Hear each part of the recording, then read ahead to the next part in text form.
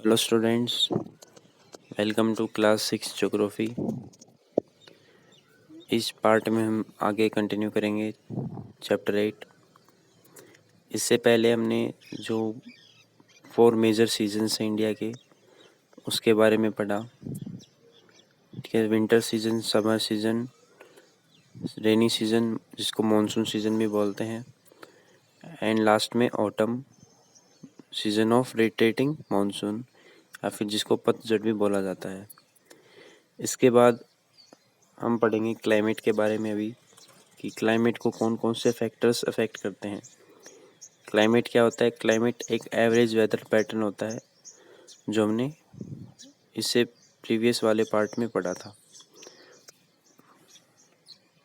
देखिए क्लाइमेट क्या था। Climate is a average weather pattern of a particular place.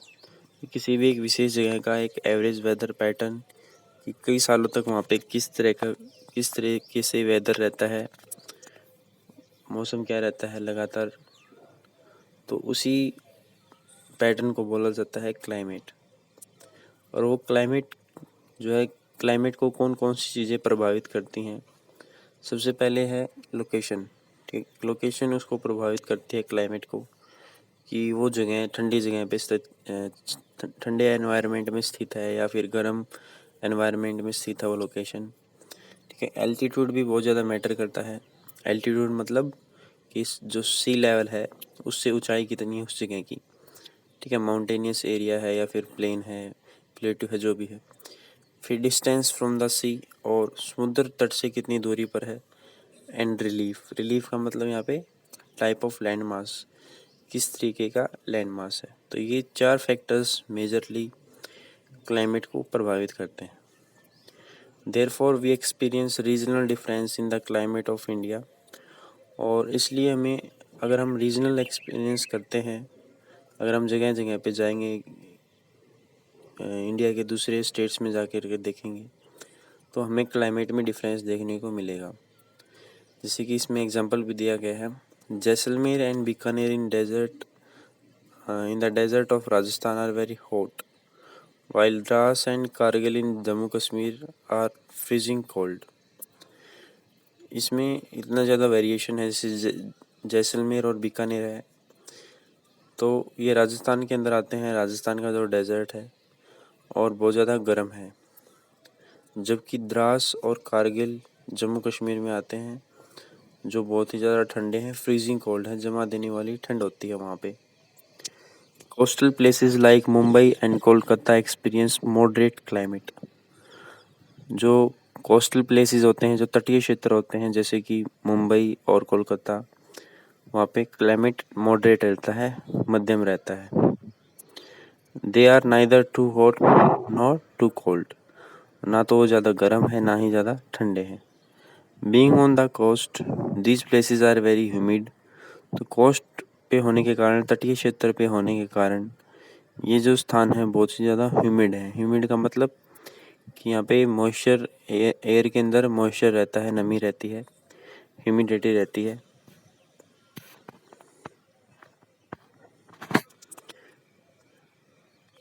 Mawsynram in Meghalaya receives world highest rainfall. Meghalaya में मौसिनराम के अंदर वर्ल्ड की सबसे ज़्यादा रेनफॉल होती है, सबसे ज़्यादा बारिश होती है पूरे वर्ल्ड में। While in a particular year it might not rain at all in Jaisalmer in Rajasthan. जबकि किसी भी पर्टिकुलर टाइम पर, किसी भी पर्टिकुलर मंथ में, ईयर के, राजस्थान में जो जैसलमेर है वहाँ पे बारिश नहीं होती है।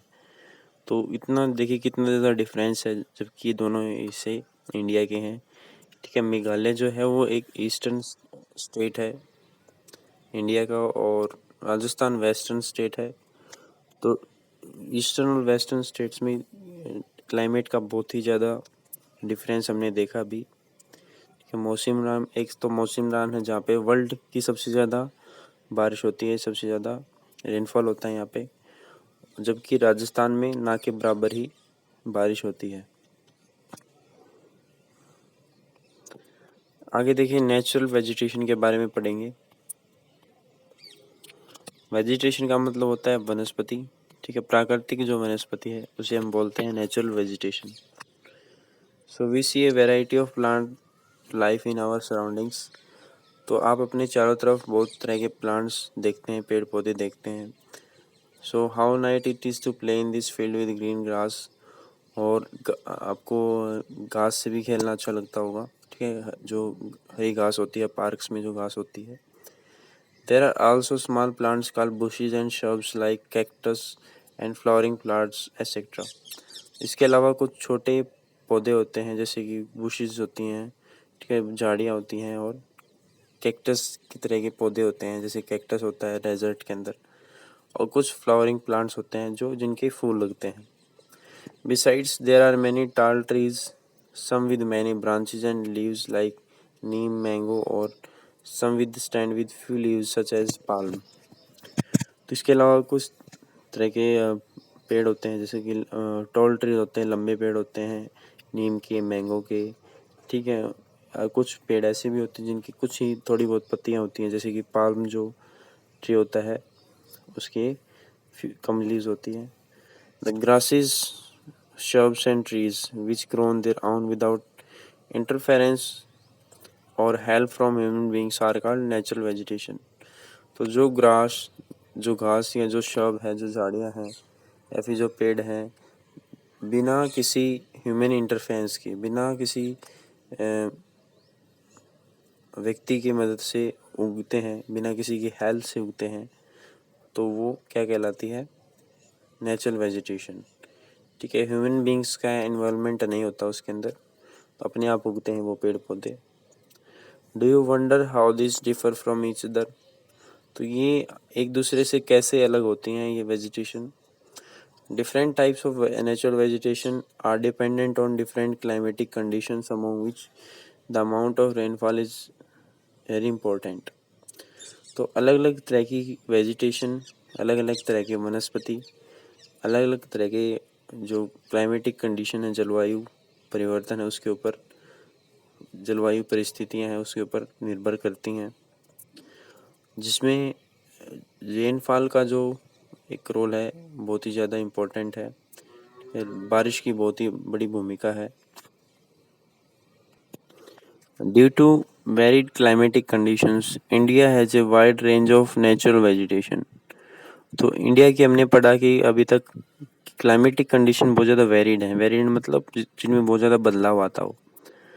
तो इंडिया की क्लाइमेटिक कंडीशन बहुत ही ज़्यादा वेरिएशन में है, बहुत ही ज़्यादा बदलाव आता है। कहीं पे ज़्यादा ठंडी जगह है, कहीं पे ज़्यादा गर्म जगह है, कहीं पे ज़्यादा रेनफॉल होता है बहुत ज़्यादा, कहीं पे ना के बराबर ही बारिश होती है। और कुछ एरियाज ऐसे हैं जहाँ पे मॉडरेट रहता है टेम्परेचर, ठीक है, मध्यम रहता है। ह्यूमिड एरियाज हैं, मतलब कि लगभग सभी तरह की जो क्लाइमेटिक कंडीशंस है वो हमें इंडिया में देखने को मिल जाती है।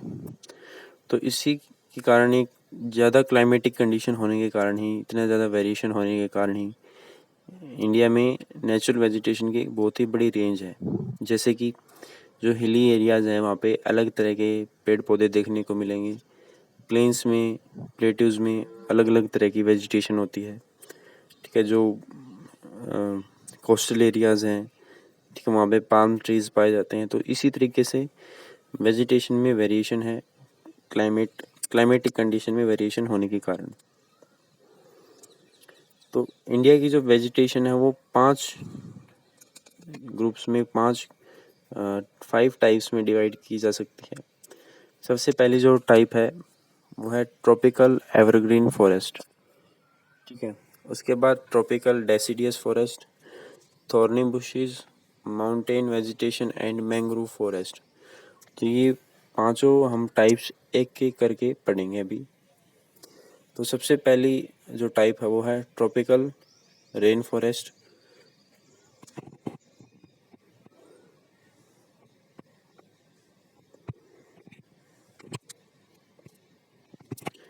Tropical rain forest occur in the areas which receive heavy rainfall.